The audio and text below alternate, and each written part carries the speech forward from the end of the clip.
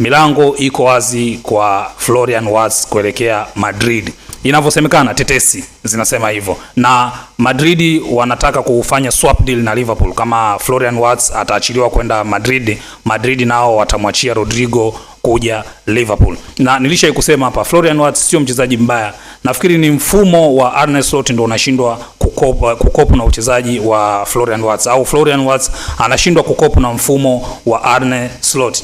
Wachezaji au binadamu sisi tunatofautiana katika uelewa. Kuna mtu unaweza kumwelekeza kitu akakielewa kwa wepesi, na kuna mtu ukamwelekeza kitu ikatake time kidogo kukielewa. Kwa hiyo nafikiri ni katika kurudia labda pengine Wirtz atakuja atafanya vizuri baadaye, lakini dili liko hivyo kwamba Real Madrid sasa hivi wanamfuatilia kwa karibu Florian Wirtz, na hili fukuto linaloendelea la kelele za juu ya Wirtz kwao Madrid ni sherehe. Wanatamani liendelee hivyo hivyo, waweze kumchukua Florian Wirtz. Na ukiangalia Florian Wirtz ni kijana mdogo na ambaye anaweza kutumika kwa misimu mingi zaidi mbeleni.